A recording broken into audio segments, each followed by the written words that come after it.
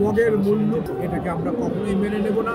আইন প্রয়োগকারী সংস্থার নির্লিপ্ততা অবস্থা বাংলাদেশে চলছে। ধর্ষণ নিয়ে আজকেও সকালের পত্রিকায় 5 জনের অধিক ধর্ষিত হবার খবর বেরিয়েছে। এটা একটি সমাজের জন্য, একটি দেশের জন্য এটা ভয়াবহ পরিস্থিতি। সুতরাং আমরা যে আইন আছে তার সর্বোচ্চ প্রয়োগ চাই।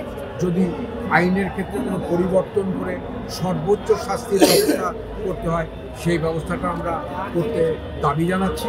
এবং যে সংশ্লিষ্ট মন্ত্রণালয়গুলো এটার সঙ্গে যুক্ত আছে তাদের 2 জন উপদেষ্টার কাছে আমরা দৃষ্টি আকর্ষণ করেছি।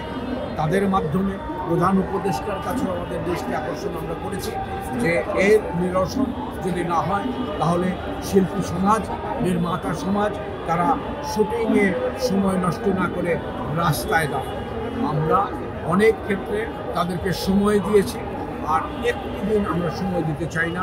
অনতিবিলম্বে এই ধর্ষকদের শাস্তি না দিলে এই মব জাস্টিস যেটা শুরু হয়েছে তাদের বিরুদ্ধে যদি ব্যবস্থা গ্রহণ না করা হয়, এটি একটি অরাজকতা। এই ঈদে জামা জুতো অ্যাক্সেসরিজের ডিসকাউন্ট। মগের মূল্য হিসেবে দাঁড়াবে বাংলাদেশ, যেখানে ধর্ষক চিহ্নিত এবং ধর্ষক অনেক ক্ষেত্রে গ্রেপ্তার হয়ে যায় এবং আইনের ফাঁক ফোকর দিয়ে তারা জামিন নিয়ে বেরিয়ে আসে, এবং যে ধর্ষিত হয় এবং ধর্ষক একই গ্রামে পাশাপাশি বাড়িতে হয়তো অবস্থান করে, এরকম বহু নজির আমাদের কাছে আছে। এই যে আইনের ফাঁক ফোকর, এগুলোকে দূর করতে হবে।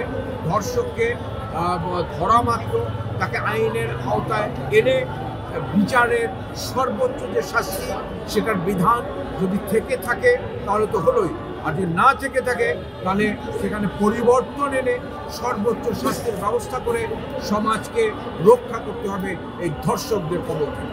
আইন প্রয়োগকারী সংস্থার নির্লিপ্ততা, আইন প্রয়োগের ক্ষেত্রে তাদের কম ইন্টারেস্ট, এবং দেখা যাচ্ছে যে একটা আইন প্রয়োগের ক্ষেত্রে আইন প্রয়োগকারী সংস্থা এখন যারা অসহায় ভূমিকা পালন করছে তারা অনেক ক্ষেত্রে গিয়ে কিছুই করতে পারছে না।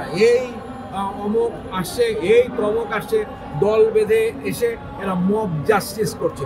পরে এটাকে হালাল করবার জন্যে এবং এটাকে যাতে আর না বাড়ে এক ধরনের ধামা চাপা দেওয়ার ঘটনা ঘটছে। তার মানে সরকারের মধ্যে যে দুর্বলতা, সেই দুর্বলতাগুলো প্রকাশিত হচ্ছে।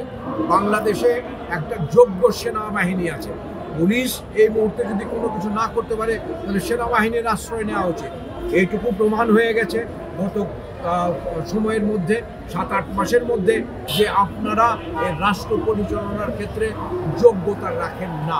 যদি আপনাদেরকে যোগ্য মনে করতে হয় তাহলে জনগণকে সাথে নিয়ে আপনাদেরকে রাষ্ট্র পরিচালনার কাজ চালিয়ে যেতে হবে।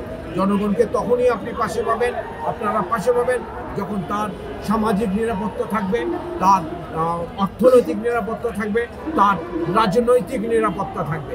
তাছাড়া এই এককভাবে কখনোই একটি দেশ স্থিতিশীল অবস্থায় আনা সম্ভব না।